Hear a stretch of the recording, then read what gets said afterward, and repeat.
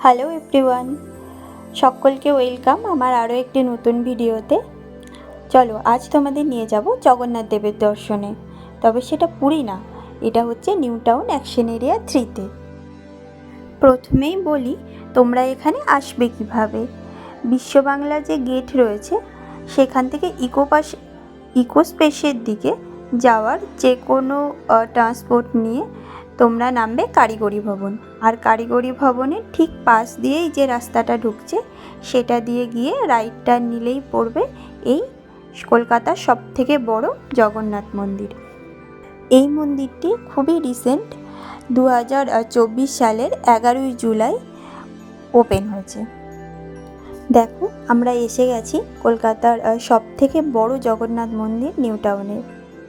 দেখে মনে হচ্ছে মন্দির কনস্ট্রাকশনের কাজ এখনও সম্পূর্ণ হয়নি। চলো ভিতরে গিয়ে দেখি। এটি হলো মেন মন্দিরটি, আর মন্দিরের সামনে রয়েছে বিশাল বড় একটা চাতাল। খুবই পরিষ্কার পরিচ্ছন্ন জায়গা।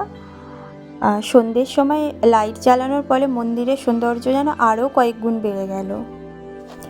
চারিদিকে অন্ধকারের মধ্যেই আলোক উজ্জ্বল মন্দিরটা দেখতে জাস্ট অসাম লাগছে, অপূর্ব সুন্দর। আর সামনের প্রবেশ পথেই রয়েছে দুটো সিংহের মূর্তি। অন্যান্য সব জগন্নাথ মন্দিরের মতো এই মন্দিরের চূড়াতেও চক্র আর ধ্বজা রয়েছে।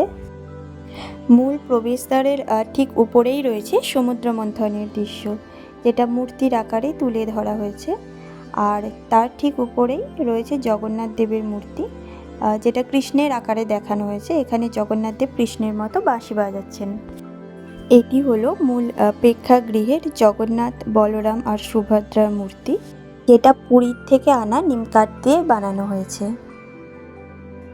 আর ঠিক এই মূর্তির সামনেই রয়েছে একটা অনেক বড় ঝাড়বাতি, ভীষণ সুন্দর। মূল প্রেক্ষাগৃহের মধ্যে জগন্নাথ দেবের মূর্তি ছাড়াও বাম সাইডে রয়েছে বজরংবলীর মূর্তি, আর ডান সাইডে রয়েছে রাম, লক্ষ্মণ ও সীতা দেবীর একটা মূর্তি। মন্দিরের নাটমঞ্চটি বেশ বড়ই। নাটমঞ্চের উপরে তোমরা নানান দেবদেবীর বিগ্রহ দেখতে পাবে।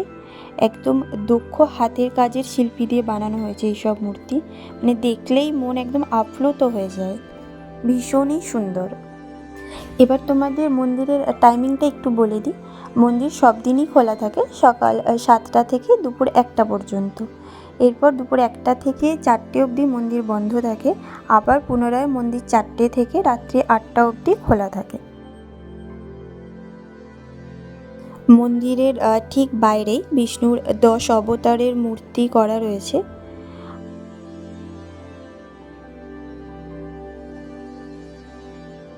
আর দুপাশের দেওয়ালে গৌরাঙ্গ শ্রী চৈতন্য দেবের হরিনাম সংকীর্তন ও চিত্রায়ন করা রয়েছে।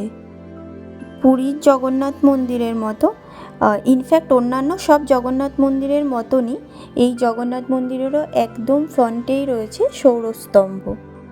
একদম মেন যে জগন্নাথ, সুভদ্রা, বলরাম দেবের মূর্তি রয়েছে তার একদম সামনে।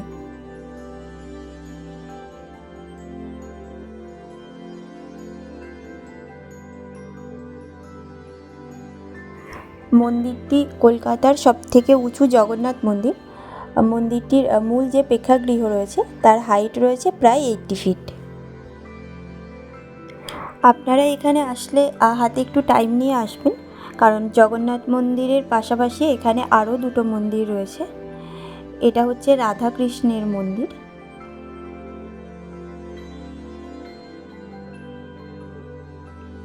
আর ঠিক তার পাশেই রয়েছে হাজরা কালীবাড়ি মন্দির। এই মন্দিরে মা কালী এবং শিব পার্বতীর একটা মূর্তি রয়েছে। আপনারা চাইলে এখানে পুজোও দিতে পারেন। এই দুটো মন্দিরই আজ থেকে প্রায় 400 বছর মতো আগে তৈরি হয়েছে। আমি তো একটা সুন্দর সন্ধ্যা এখানে কাটালাম। আপনারাও আসুন, একদিন ঘুরে যান কলকাতার সবচেয়ে বড় জগন্নাথ মন্দির থেকে। থ্যাংক ইউ ভিডিওটি লাস্ট অবধি দেখার জন্য। ভালো লাগলে লাইক, শেয়ার করবেন, আর হ্যাঁ, অবশ্যই চ্যানেলটি সাবস্ক্রাইব করবেন। Thank you.